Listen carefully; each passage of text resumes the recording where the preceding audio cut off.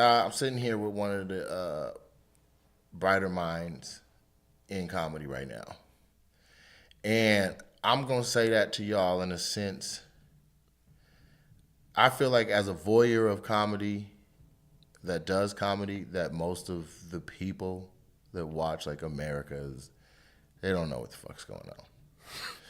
Okay? They don't know what's funny. They don't know. They don't know so what we're to laugh behind at. the curtain now. And we see your sets, or we know you, we know your grind, we know your get down, we get it, okay? But the genius is what I want to pull the curtain back and look at for a second, because you're legitimately a genius. And that's not even with a joke being said. I'm talking about business acumen. I'm talking about where you position yourself in the game, how you move, the way that you literally your station in the industry. Well, let me thank you for that. For sure. For being smart enough to notice that. I look, bro. I watch the game. Yeah, but I'm asking. That's all pretext to ask you, if you were the president and you were given a State of the Union, and say you were the president of all comedy right now, what is the state of our industry? Not as bad as the state of United. We're doing better than this orange motherfucker. Okay. Right.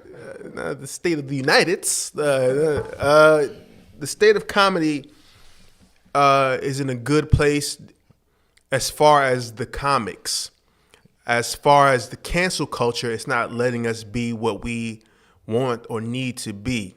But the comics, there are a lot of strong comics out here these days. I don't laugh at shit. It takes something different. And it's not that fuck it, I am a comedy snob, but it's because I've been doing this shit 22 years and I've heard it all, I've seen it all. So for me, I just need something different. There's a few comedians that I can appreciate. You're one of them, which is why I always vouch for you. Thank you. Jesus Christ. That's a massive compliment. Here's the thing. There's people who say, I watched everybody, or I know everything, or they feel like they do, their diligence to watch a lot of comedy, but then you don't remember shit. You don't remember where you saw it. You don't know who said it. You don't know when they said it. You don't know what they said it on. This nigga don't forget nothing. He'll tell you when your joke is close to some shit from 85. You know what I'm saying? Like, wait, what? He'll make you go back and find the person. You're like, damn. I'm a historian. Yeah, and that's what I want to say. I feel like with confidence, you may be, at least for urban comics, and I don't even know, I wouldn't even call you urban comic, but for all the black comics I know. I'm ethnic. I'm a Negro. But for all of us that I know, because I don't know a shitload of the white people. Right. And I'm going to say, there's probably a historian on their side that could tell you a shitload of fucking Kennison stuff. I don't know. But nigga, you are hands down, you're the historian. When niggas go to the library of jokes, you're the one that's like, reference! You're looking for the end of the hall on the left. That was Carlin, first special, reference to war, and here we are again. You know what I mean? And so, thank you for saying that you thought I was dope, and I definitely likewise think you're dope. You're out ahead of me, so I've been watching you work. No, you're a beast. I mean, here's the thing with comedians: you have some comedians that write well, you have some comedians that perform well, but can't do the other well, and then you have a few comics that can do both, and then those are the ones that you really got to appreciate. So you're one that. The writing is as good as well as the energy. You know what I mean? Thank you. Command the room, which is something that a lot of people can't do. I mean, if you had a place that's conducive for comedy and people want to actually listen, then you're set up to win. But somewhere like the Savoy, where, people are in the back ordering drinks and hollering at bitches, you just... Nigga, they're in the front hollering at bitches and ordering drinks. They're hollering at the bitch they're supposed to order from. Right. Like, nigga. And no shade to... The Savoy is a dope room, but it's just, if it's crowded, it's a lot. It's hard to. It's gonna be a lot tonight. Yeah, I know. I'm gonna be it. You going? Probably. Yeah, I'm gonna go. It's Chris Spencer's birthday, and it's gonna be. He gonna actually take Hollywood to Inglewood for that. So, whoever's on stage, you better bust them in their goddamn mouth in the first 7 seconds. You need 5 earthquakes performing tonight. 5 earthquakes in a row. Yeah. So. What I want to talk about is like I would like to talk about stuff that is not what we always talk about. I swear to God, I'm sick of the word. So where'd you get? Tell us how you started. I am hate done. that shit. Give advice to a young guy. I'm done with all of that shit. I want to know what you hate about comedy. Like what have you, if at any point in your career, in 22 years, you have had this epiphany where you're like, man, fuck this shit. Like, but what were the catalysts? You know, when you laid down and said, man, I might not do this shit no more. Well, this is what I do for a living. This is my livelihood, and I actually love the responsibility of being a comedian and making people happy. Okay. You know what I mean? Even if I don't feel like it. The shows that I don't feel like doing are always the best shows. I've noticed that. It's like an instant reward from God for being professional. And still pushing through your desire to chill, and then you go up and have like epic ass sets. Yep. Gold is up there. It always happens. So there's never been a point, even when I was a starving artist, there was never a point where I was like, I ain't doing this shit. Okay. The things that I hate about it now is that I hate going to doing a show where there's a bunch of comedians like the Laugh Factory where I'm performing. 17 comics. And it's a lot of comics. I hate it because I still have to watch. I'm not the guy that's really just going to sit in the back. Excuse me. I like to watch because I want to see what the younger comics are talking about, or I want to see the topics that are being discussed prior to me going on stage, so I don't go up there and talk about some similar shit. Because they may step on your premise. And right. If they do, now you know how to segue in around and get into it. Right. You can even say, just like what's name said, yada. So I still watch, but and then every once in a while, somebody will go on stage that I haven't seen before. I'm like, oh shit, this motherfucker's funny. Mm-hmm. You know, it's very rare. Yeah. This is a seldom occurrence, but it happens sometimes. And for the people that are watching this, don't ever think that when I say things like that, that means that I think I'm better than anybody or all that. You know, I don't even like watching my own fucking self. Mm-hmm. You know, so but just because it's like an ugly motherfucker. It's like telling the ugly dude he can't like pretty bitches. You said that like you were adorable. Huh? Well, that's like a skinny nigga telling like. Right. I'm not saying I'm adorbs. I'm not saying I'm a good looking for a comedian. If you don't know, this is the cat clock. That's the whole shit. So good looking for a comedian is facts. But I mean, you know, it's like if somebody say, well, if you like, oh, this motherfucker, look at you. Like, so what, motherfucker? I got eyes. Right. My eyes work. Right. I know what's ugly and what's not. Just because I'm ugly don't mean I got to like an ugly. Just because I can't run a 4.40 don't mean I don't need to call no plays. Now. Right. Yeah, I understand. It's an observation. So yeah. So I mean, whether people think I'm funny or not, you know, everybody has their opinion. I don't care. You know, I know the masses do, which is why I do well, and I sell a couple tickets here and there. Sometimes I do. Anyway, so yeah, just because I don't think people are funny doesn't mean I think I'm better than anyone. Just put that out there. Cool. I mean, it's cool of you to even pretensing with that. I just be talking, and they can take it for how it is. I feel you, you know. Done giving them context. Like at this point, they should know my spirit and that I'm a good guy. But you know what? The thing is, you're friendlier than I am, so people usually do know your spirit. Whereas people often have a bad idea of who I am. You know what I'm saying? You probably are a hell of a poker player. If I played poker, I could be, yeah. Yeah, because not knowing what's on your mind or what you're thinking at that moment is a good look. You know what I mean? Because when you first was like, he's a cold nigga, or whatever you told me, I was like, oh shit. Other than that, I didn't feel like you didn't like me, but I just was like, oh, listen, this is different. You could be on stage, I could be in the back dying. It's never gonna be a time where I'm gonna run up to you and give you, yo, you killed it. It's not gonna happen. It's not gonna happen. I could be dying. You get good set. You could be dying and say good set. Dying. Just got shot twice. That nigga was funny. Yeah, fist bump. Good set, bro. Yeah, that's solid. I might not. There may be a specific joke that I might be like, yo, I really like that joke. I'll give you specific props. But then sometimes I don't even do that because it's so fucking weird when somebody does it to me. You know, too specific. You like that? Well, just like you said, the cat clock shit. Like if somebody say like, yo, that joke you did that, I'm like, all right, thanks. You know, right. Nigga don't know how to take a compliment and shit. you can't laugh at it. This is your joke, you know. Yeah, start taking them. Yeah, Just be like, yeah, appreciate it, nigga. I mean, that's what I say, but it's just still fucking weird. That shit hit popular culture, like, you know what I'm saying, and that's our responsibility, make the world laugh, but also to influence the culture. Mm-hmm. But I'm gonna shift to some because I feel like I know a little bit more about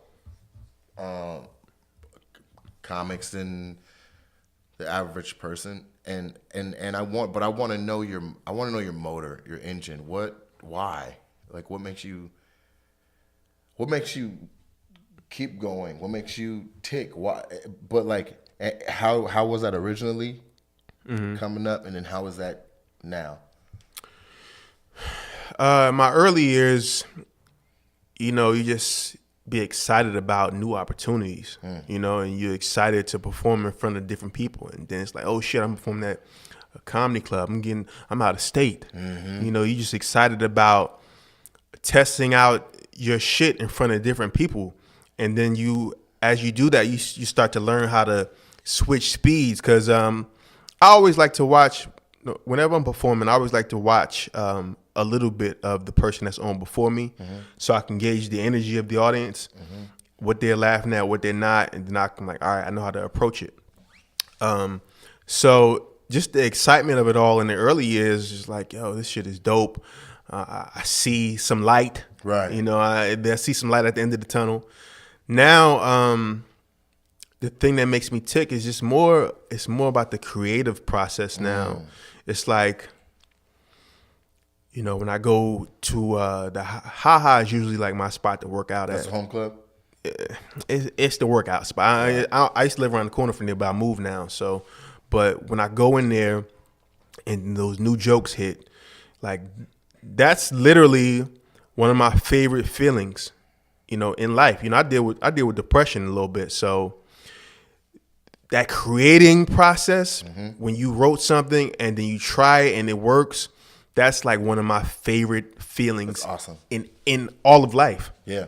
I'll tell you some other shit because I shared that sentiment too. That busting a nut, a good Q-tip. It's good ass food. Yeah, good food from the right person handing it to you. You feel all of the shit. And then making something, like, because I do some graphic work and stuff, like when you make something and then it's printed or given to you on something you can tangibly hold, that's wild to me. Like, I made this graphic, it was flat on a computer screen, and then it's on a fucking cup. Like, it's on a, like, this bugs me out that I can hold, like, whoa, you know what I'm saying? Make you feel like you sculpted the cup and everything. Yeah, I feel like I did it all. You know what I'm saying? But that's just nuts to me, that the idea that came from my mind that I was able to put out, that I can hold it. Yeah, you pulled something from your imagination and made it tangible. Right, and then we quantify it by the laughs. You know what I'm saying? And right. So that's an awesome ass feeling. What is the last, if you can, for the sake of your ability to be the librarian of the game, what's the last, most recent, I'll say, thing that somebody said where you're like, motherfucker, that should have been me that said that shit. Like, you know what I'm saying? I'll give you one while you think. But Roy Woods just dropped a bit about the $80 million on Trump's head. That shit was great. That was phenomenal. When he said there's not enough spaces on the deposit slip, I was like, this motherfucker. The boxes. You did something recently. Kaepernick. What was it? What'd you say? I said Miles Garrett hit the white boy over the head to create a job opening for Kaepernick, and then I said the starting quarterback would have to be fucked all up for them to put Cap into the game because all that social injustice shit. And so the nigga goes out and he's all fucked up, and his coach is like, "Man, take this stick and get your blind ass back out there." And then he comes off, and then he gets a seeing eye dog too. Like, he has everything on the field but put Cap in, anything but Cap, nigga. Was that it? Yeah, that's it. That motherfucker was cold. I commented on whatever it was That's when you commented on. You were was like, that? yeah, you're like, this is good. It can't look the same now as I'm like, right. I said. It's still what you're saying. What you're saying is funny as hell. It's just I thought I remember something else, but it must have been because it must have been about Cat. I freestyle a lot too, but what you commented on Instagram was the Kaepernick bit, right? And when you did, I was like, nigga, I got one of the whole ass niggas. You know what I'm saying? I wanted to put it on there so bad because I'm like, I have to for somebody to say my shit or have a similar idea. It's too many. It's motherfuckers out here smart that are thinking as hard as they can on different angles on things. And then there's other people who are out here dumb who are just trying to find shit to mimic and say. I want to beat all of them to it. That's all I was trying to get at. Trey Elliott has a new bit about this girl he was dating. It shit is not to spend too much time with him, but Trey is one of those comedians who does well, but doesn't. He's never. He thinks that he's supposed to have these opportunities, but I always tell him like, "Yo, you're doing a good job, but there's nothing about your set that's standing out from the other people that are performing." He don't flip the roof. Right. He do his thing. He held his spot down, but the roof don't get flipped. Right. Like he was upset about not being able to do Def Jam. And I'm like, yo, yeah, the people that they picked, they're comparable to you. They ain't like you can say it's like a split decision fight. Right. Like you got to accept like, all right, they could have went either way. Makes you special or not. Right. Yeah. But he has this new bit that's. It's a strong bit when the whole bit is probably like 10 minutes, 8 to 10 minutes. Oh, yeah, he's rocking through. He got a new bit that's going to change some things for him. And I'm like, not that I was like, I wish I'd have wrote that because it's personal stuff. Right. But it was like, I was proud of him. Like, you got something. Got you something. You got something right and there. That's what I was explaining to somebody. They're like, how do you make it? And how do you blow up? I was like, nigga, bit by bit. Mm-hmm. Because you have a bit and somebody's like, nigga, have you seen such and such and such? You know what I mean? And now your name relevance is up. So I tell people who are like, what do I do next? Because like, nigga, go right. Like, if Trey got one, I want to see it. You know what I'm saying? He got a nice one. But you always want something to where people are going to be able to remember. Like, if somebody said, Nate Jackson. And I'm like, who that? And then I'm like, the nigga that do the joke with, that nigga, yeah. So you always want one of those. You want to leave people with that so that people know your joke more than you know your fucking name. Cat clock. Exactly. Exactly. Every special I do, anything I do, I want to have something that kind of just sticks out. One of the reasons why Kev got so big is because he always had quotable shit. It's like Dave Chappelle in the Lil Jon shit. He couldn't go nowhere where they're like, what? All that stuff. So Kev always had quotable stuff in his specials, and that's what people want. I mean, if you look back at You So Crazy, which at the time, even looking back at it, how I felt at that time, it really wasn't even that funny. It's not that funny now. You talking about Martin Lawrence? Martin Lawrence. Nigga, which one was the special where Martin said you got to keep shit spicy with your girl? Sometimes you got to kick her in the pussy.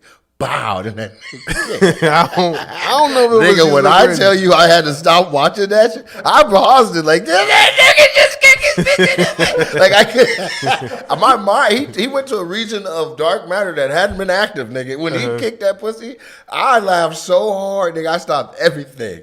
I don't know which one. Maybe that was the like, most recent one. With your bitch, man. Fuck role play, man. Just walk up, kick your bitch in the pussy, nigga. Wow, that nigga kicked. Oh, Naim. I lost it. But I mean, the point I'm trying to make though is that, and no shade to Martin because Martin is a legend. The point I'm trying to make is there was so much quotable shit. So as a kid, I remember taking parts of his material and quoting it at school the next day. Right. You know what I'm saying? Yep. So having quotable shit sometimes can be better than having hilarity. Yep. Because people want to be able to look at their friend and be like, you so motherfucking crazy. You know what I'm saying? You want to do that with your boy all day in school. Yeah. Quotable stuff. That's what I think was the key to success for the Chappelle show. He was very repetitious on there. Yep. He didn't just say, I'm Rick James, bitch. Rich, once. bitch. He said all the time. Everything kept on coming. So when you go to school the next day and you miss the episode, you're like, what the fuck is everybody talking about? Right. Because he affected the culture. Like, we tuned in so we knew what to say the next day. So, that's dope, man. What, a lot of people don't know, and I promised myself I was going to do this without the type of questions I'm about to ask. But I'm going to ask just this one. Because I think it's for relevance. I think it's for people's understanding. I read Kevin's book, and he talks about... I got the audio. I had no time to be reading that bullshit. That's what Joey was like, nigga, I'm not reading that shit. I listened to it on the plane in South Africa. For a little while, and she wrote a book, and yeah. But I'm asking it to say, like, because when I read the book and what my hunch was confirmed, that you were one of Kevin's initial influences. Influences? And like he saw you and was like, I should try that shit. Nah. That's what it said. Nah, you read that motherfucker wrong. What did it say? Kev was doing stand up before me. I don't know who he said was. I know Keith. Was it Spank that was before him? No, Spank was influenced by Kev. Okay. So Kev and Spank knew each other from high school from playing basketball, and then they were cool once once Spank got in college, and one of Spank's tight homies was roommates with Kev. Okay. So Kev started doing stand up, and Spank saw him perform a few times, and he was like, "Man, I can do that shit," because it was just like anybody else. When Kev was telling people he wanted to do stand up, people was like, "Get the fuck out of here! You ain't funny." Right. You know what I'm saying, motherfuckers? That, like your family always say that shit because they don't know you. They don't know that you funny because they don't know the asshole you are in school. Right. So Spank saw Kev perform, and then he started like 3-4 years later. Really? Yeah, just on something. So I could do that shit. And I'm wrong, but I'll stay in the wrong vein and know it. But what I was under the impression was it was either you or Spank that Kevin saw perform. Like he said, like Spank had been doing comedy on the scene in Philly, and he had a couple nice outfits and shit, and he was like, I want to do that shit too. Like it was based on the outfit Spank had on or some shit. Nah, it definitely wasn't. It wasn't either of us that influenced him. I mean, that'd be some embarrassing shit. You know, I influenced this nigga. Now I'm his opener. Fuck that. It just depends on sometimes. I'm just talking shit. Yeah, but I'm just saying a cookie. I mean, I was watching Chris D'Elia walk on stage with Brian Callen in Phoenix as a prank, and he used to be Callen's opener. Right. And so he's talking shit. Last time I was here, I did Comerica, and about 5 of these can fit in that motherfucker. And we did 2 shows. Like he was talking shit. Right. So if the game goes the way it's supposed to, there should be plenty of Padawans surpassing Jedi, and there should be plenty of But Brian Callen's not opening for him now, though. No, I feel you. that's a whole nother humble pie. Yeah, he just kind of shit like, "Hey, I'm doing better than you." Right. Yeah. But nah, I had no influence on him. I didn't meet Kev. So I was probably like a year in the game. I mean, I was performing at my school, just doing little shows here and there. What school? Temple University, Philadelphia, hosting talent shows and shit like that. And he hosted a little show at my school one time that was for the students. That was actually I changed everything at my school. I ain't change everything, but talk your shit. I decided talk about your legacy. I decided I wanted to do stand up. Okay. And then other guys was like, "Oh shit, I want to try it too." So they started having a couple shows at my school that were for us, the students. Right. And then whenever other comedians came to school, I would always host. The promoters would take advantage of me. But I was just happy to be doing it. Shout out to Wiggs. That's my college is. Yeah. Like, I brought Kevin everywhere he ever went when he first started going. So everybody want to take credit for that some shit. shit. Get the fuck out of here, man. It took everybody. Yeah. It took everybody. I discovered him. Yeah. At the end of the day, in my opinion, and I could be wrong, because you know what I'm saying, with the Seattle Sonics on my hat, I'm under the impression that the city of Seattle had a lot to do with Kevin's success. People from the city. Why do you think that? Because Jeff Clanagan, Code Black Entertainment, is from Seattle, and that helped for distribution. I'm not saying it made him. Okay. And then the first couple of specials out the blocks, some of the people who helped invest in it were the Babineau brothers that were the Seattle Seahawks and stuff to help finance specials and things. Okay. And that didn't make it either because he had to be dope, but I think if that's cool. If those motherfuckers are responsible for Kevin's success, then Marvin Gaye is responsible for me being born, motherfucker. In a way, if Marvin didn't make the music for your daddy to fuck to, then you wouldn't be here. Right. I got that. Yeah. But I just think that it's dope that a city that's like a D market that is out of the way, that is not one. When you talk about major cities that have produced major comics, and Seattle does not come out your mouth. You're like DC, Chicago, Philly. Mm-hmm. Like you say, cities with more heart. And Seattle, I'm not knocking, but when it comes down to it, it's not a city that's getting mentioned. But to find out that anybody from the city, from the town, had a role in any way, shape, or form in helping with the success of is exciting to me being from there. I'm like, nigga, we could still leave a footprint from way the fuck up here. Seattle's dope. I like Seattle. I mean, Seattle's like super North Bay. Yeah. It's definitely like a little. It's like Oakland Junior. It's like North Oakland, right? For sure. With rain. But we skipped over all of Oregon and still kept it Bay. It's ridiculous. I used to go to Seattle a lot when I was a kid. My dad is a flight attendant, right? United. Right. So one of his friends, coworkers, was She lived in Seattle, and her son was a ball boy for the Supersonics. So I used to be able to go out there, hang out with him, and go to Sonics games and shit. And nobody believed me. None of my friends believed me. Oh, that you like, I just was at the game, all that. And again, I mean, I would take the red eye home, like on Sunday, and get for Monday morning for school. I was in Seattle yesterday To watch the Sonics play? just to be hanging out. You know, not to watch the game. If I was there and they had a game, then I would go. Yeah, that's dope. Hung out with Sean Kemp. Did the nigga breath stink when you was with him? Well, he was a rookie. Yes. I wasn't close enough. I mean, Fuck. Maybe as a rookie, he was like so worried about how he was coming off of you that he would- still brushed his tongue. But nigga, I wasn't in his face to smell his breath. nigga, I hosted some event and that nigga was like, and now the comedian that's gonna host the show, Nate Jackson. I came up, nigga, the microphone. I'll never forget. It was so bad it replaced every dunk I saw him do, and I was a major fan. That's only one. You can't give somebody the bad breath rap off of one experience. Yeah, Everybody has a You want to hear the other two stories? You You understand what I'm saying? Jesus Christ. The type of nigga like, man, you want a piece of gum? Nah, I'm good, nigga. What are we gonna do about your breath? Sean Kemp's hilarious. breath. Whoo! Anybody in Seattle watching us that knows that, they're gonna be like, Nate, wild as hell for putting Sean out like that. Fuck it, nigga, brush your tongue. He don't look like he has good breath. as far as breath, I mean, I believe it's not it. breathtaking. Yeah. But that was one of the best days of my childhood, man. He was a rookie. He picked because he was only 19, so he took all the ball boys out. They were like teenagers, only a few years younger than him. And he's to the mall, so I happened to be there, so I got to ride with him too. He had a fucking Jeep Cherokee. Oh, dope. I had to sit behind this nigga. And I was only 14, so I was he's small. way back and shit. And we went to the mall. We went back to his place, and we played Tecmo Bowl. And Dana Barrows, who's also a rookie, was living upstairs. He came down and was playing. That shit, them niggas was roasting the shit out of me. What was they saying? My boy that was the ball boy. He had clippers, right? He used to cut his own hair.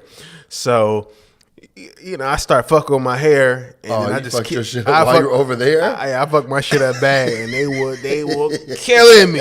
But I was busting their ass. What made you cut your own hair? Man, you like, all right, I'm just hit a couple. I'm gonna trim it a little bit. No guard or nothing. You just I'm I'm freehanding. I'm freehanding. Oh my god! And then I just kept going lower and lower. Nigga, you remember them old wooden door stops, the triangle joint? Nigga gave himself a front Gumby. That's how my shit was. Yo. My shit was fucked. They was killing Did me. they fix it? Did your boy take the clips like, man, let me just try to fix this? Nah, I was 14. Dude, they remember this. They remember the He day know. the little kid came over, fucked his hair up, and then beat them at Tecmo Bowl all day long. I guarantee you they don't remember that shit. There's no way he doesn't. And I haven't seen him ever again since that day. And I always said, for a long time, I said, if I see him again, then I'm going to say something. But at 26 years later, 27 years They later, remember. You've got the same face. they don't They've remember. watched you on TV like, that's the wedge head nigga. I swear to God. I could be tripping. Sean, is this the wedge head nigga? And Sean be like, they be like, nigga, never mind, because his breath stink. But Look, the nigga that's in here right now with us, if I see him tomorrow, I'm not going to remember him. yeah, but you came over and whooped everybody ass on Tecmo Bowl. They not going to remember that shit. and fucked your hair up. They're not going to remember that. I didn't fuck it up at his house. I fucked it up at my boy's place. Okay. And then went out with the bad cut. Like, fuck it, I ain't got time. But maybe I'll still ask him. But he nigga done a lot of should drugs. ask. He done a Niggas lot of who? drugs. Sean Kemp. Yeah, he has done a lot of something because his tongue, that nigga tongue smell like it's been slap boxing, nigga. I'm telling you. And people watch all those old Rain Man dunks and they just love Sean Kemp, and I do too. But I cannot get over that. That brother's Oh my god, horrible. insane. So tell me this, right? That's 30 minutes. We Damn, can that's go. how smooth it We is. can go if you want. Bet. So I want to know. This is my new. I think it's gonna be on every episode question because this motherfucker good. Why are you funny? Because I'm smart. Okay, but think back to when you started and started to cultivate your funny. Why? I think I'll say this. There's two lanes that I'm aware of. Maybe you can tell me a third. One is you're ugly. and everybody fucking with you. So you develop get him off me shit. You know what I'm saying? Like Kevin's like he's so little, everybody kept fucking with him, so he got funny to keep niggas off of him. So you're asking how I developed the sense of humor. That's what your question is. I want to know how you watered it. Why are you funny? Second way, other route is you're just quicker. You're always more clever. You generally your words cut the best in class. Like you know what I'm saying? You were the low-key the verbal bully. That was me.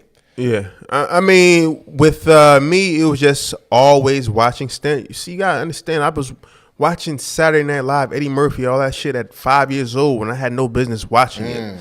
And then not only did I understand how cool it was to make people laugh, but I understood how it felt to laugh. And you ever laugh so hard and long that you be itching? Your stomach be fucking itching. Yeah. Like I haven't had laughs like I don't have laughs like that really anymore. Sometime we do radio, I'll laugh so hard I start crying. It builds up. You get the tears, but that shit where you laugh so hard, your inside of your stomach be itching. Like that was just like, yo, laughing is the best thing ever. So just being a fan of stand up, watching it so much, you go from quoting shit to trying to be funny yourself, Right?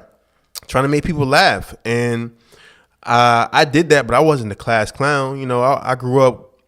It's a comedian named Jonathan Martin who I've known since 5 years old. We were in kindergarten together. We graduated from high school together. Martin with the eyebrows? Yeah. We graduated from high school together. He was the class clown. He used to be, you know, That nigga got a joke about these big ass titties. The bass drum. Yeah. That's a funny nigga, man. Shout out to Jonathan Martin. Hey, with your fucked up voice, nigga. Yeah. Nigga. Jonathan, it was like, he was like what... he's like Marlon Wayans. You know, Marlon Wayans will go far to get a laugh. Like that's how Jonathan was in school. This motherfucker show up with the dread wig on. This motherfucker had this thing where you put a dollar on this little thing, and he like, when somebody reach you're for like, it. yo, that's your dollar, and then you reach for this thing, press the button, and the dollar fly in his hand. He had like shit that you only saw on TV. He had the flower with a squirt water. Nigga, I used to be in school dying. Like, where the fuck do you get this shit from? Debit card. There wasn't no Amazon back then. Right. Where the fuck you getting this shit? He had a joke shop in North Philly. You don't tell nobody about. Jersey, bro. I'm from Jersey. He's from North Philly, though, ain't he? No. Both y'all from Jersey. We're from Hillside, New Jersey. Yeah. Tell me about this. Where in Jersey you're from? New Jersey is Hillside is it's right next to Newark, so it's hood adjacent, as James Davis would say. Yeah. And you know, it was just a little town that all the black people from there, their parents were from Newark, and it was like you went next door if you got a little money or got your life together enough to live in the quote unquote suburbs. We had the tracks. Basically, one side of town was black, the other side was white. And it's only 2 miles, very small town. When I was leaving kindergarten, going to first grade, they decided to integrate the schools because one side was black, one side was white. So I ended up having to go to a school all on the other side of town, a long walk every day. But you know, it was cool. You know, dealt with little bit of racism growing up, shit that you didn't really know, you weren't old enough to realize. You look back like that was some racist shit I dealt fucking with me, but you don't know why. Yeah. But yeah, I mean, my Everybody get out of the pool. I just want to swim. Right. No, my town was very cool. You know, it was safe. It's worse now, but it's not the most dangerous place to live. I felt like the education was cool. And I had a great childhood, all in all. That's what's up. So when somebody asks you where you from, I always say Hillside. I never say Newark. okay, I never say Newark. because I'm from Lacey. But you say Seattle. I have to sometimes because I have no point of reference for where that is. Well, it's the same thing with where I'm from, but I always felt like, I'd rather put my town on the map. You know what I'm saying? Mm-hmm. Nobody from there has really ever done anything. You know, couple athletes. Mm-hmm. But as far as entertainment, nobody has done even what I've done this far, which ain't shit. So I always felt like I want to represent where I'm from. Right. And I could easily say Newark because my family's from there, and I'm literally 2 houses. I'm like right by the border. From Newark. Mm-hmm. That's what's up. So you used to fight the niggas from Newark. Like, yeah. Nah, I just walk further into Hillside. That's Newark. Leave that shit alone. That's what's up. Well, I'm glad I got to at least say that because as much as I've done research and watched your stuff, I wouldn't have known to be specific about Hillside on you. And you low-key banged on me, nigga. I'm to be honest. You like, because a lot of people think I'm from Philly, and I hate that shit. Because I don't really like anything about Philly, to be honest. I don't like the sports teams. Okay. I don't like the way the city's set up. Okay. It is set up fucked up. Yeah, I like Mitchell and Ness. I will say this about Philly. First of all, I got a lot of good friends from there. And I will say this. I became a man in Philadelphia because I was there from my freshman year in college all the way till I moved here, which was right before I turned 30. Okay. So it had something to do with my evolving into a man. Some molding happened in Philly. Yeah. But that would happen anywhere. It just happened. But I that's was where there. you were when you were in. That's where And I so was. You were there your senior year of high school? No, I went to college there. I moved there for college, and then Temple. and I don't even say that I lived there my first year because I went home after the first year. Okay. For the summer. The second year I got an apartment off campus, so I say I lived there for 11 years. So they say you're from where you lost your virginity. I'm from Hillside. I thought you were like, so I'm from Newark. That's what I wanted that moment so bad. So then I'm from Newark. The bitches over there be fucking. 2 houses down. That's where you go get your new work. Nigga. Right. Come on. Come on. That's fucked up and funny. All right, but this is the part of the episode where you just tell them, the regular shit, where you at, where they can find you, where they can see you. And I just want to say thank you for coming by and fucking with it. Man, it's all good, bro. I always gotta, do the little shit, and then Come get back. Come from a rope back, nigga. I gotta do the little shit, look out for my people. You my guy, man. Whatever you want, I'm always gonna be there. And this nigga got me a bottle cleaner for my baby. You know what I mean? Which was only $5, but I only had 6 when I got it. But so, shit. But I appreciate it because he took the time to look at the fucking registry to see what we needed and got something. I had 2 friends come to the baby shower. My baby shower was lit. Was you there? You was there, right? I was out of town. You was out of town like always. My baby shower was lit, right? I had food and I had 2 drink tickets for every person. Wow. So you basically, for attending, you basically got $50 worth of shit. 2 people, a couple, they came and them motherfuckers gave me a gift card for $25. So shit. I was in debt with between them. Yeah, and I'm like, God damn, I know it's rough out here, but if you're gonna give me 20, this goes to anybody. If you're gonna give somebody, if you don't have money to give somebody something for whether it be wedding, engagement party, whatever, there's a registry with a baby, anything with a registry. Mm-hmm. Buy something off the registry. Spending $8 on something on the registry is better than giving a $25 gift card between 2 people. Right. Now, I don't know if everybody agrees with me, but that's how I fucking feel. Yeah, because they already went to the list and did it. Now you got to take their $25 card and go back through your own damn registry and buy shit off of it. They should have just did in the first place. You take that $25 card and you go buy some pacifiers because that's all you're going to get with $25 fucking dollars.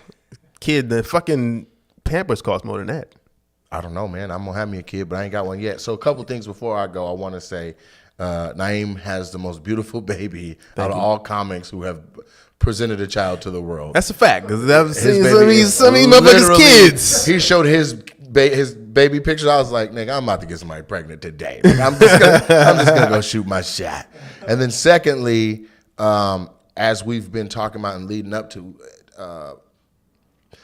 he's a resource for different people in the game who understand his knowledge of what's going on around the industry. Mm-hmm. And there's been a point in my career where your input helped me get on national television. Right. And I wanted to publicly say thank you. You're welcome. For your role and me being a part of HBO All Def Digital.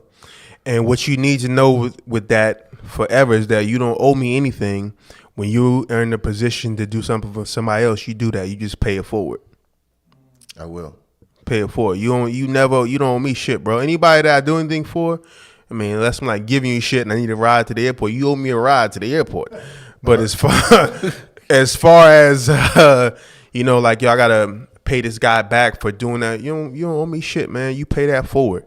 I was in a position to throw some names out there, and you did the shit in Canada too, right?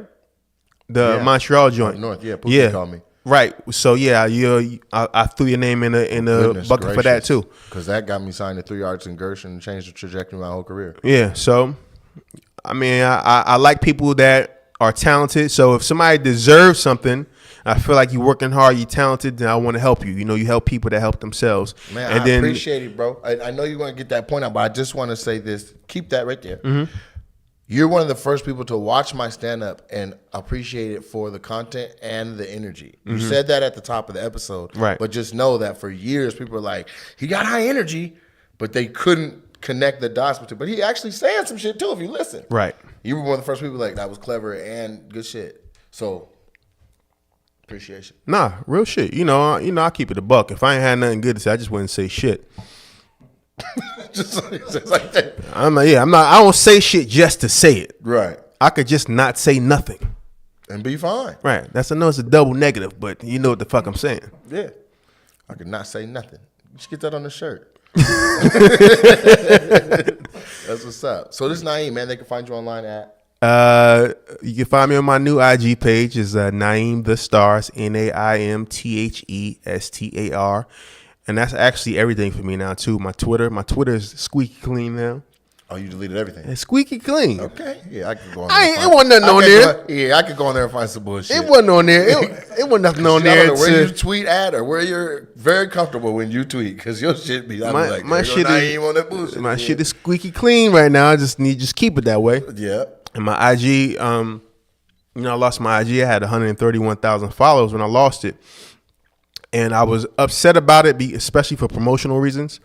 But now I don't feel so bad about it. You know, people definitely don't give you the same respect when you're not verified no more. But I don't feel so bad about it because I knew that at a certain point, I had probably like 5,500 posts. At some point, I was going to have to clean that shit up. Yeah. And now I don't have to worry about that. So, it's all good. That shit is about to, and actually my engagement is much better now. There you go. Because after they start removing posts and everything, then your engagement gets fucked up and people are not seeing your shit. So now with 8,000 followers, I did a post to promote my show on Sunday, which is at the Brea Improv, and I had like 360 likes on it. Shit. When I had 131,000 followers, I may not have that many likes on a post like that. Higher engagement. Yeah. So when I would post a meme, I might get 4,000 or 5,000 likes. If I post a picture of me, that shit might be like 300 likes. Right. You know what I'm saying? So, but now that's again haters. Well, you're not adorable. Oh, it doesn't matter. He was like, well, if a nigga, I make pretty babies, nigga. If a nigga is smiling in a picture, and looks happy, you're supposed to give a like just off of that. Yeah, but they're like, look at this ugly ass happy nigga. And they move on. Fair enough. Good guy, but goddamn.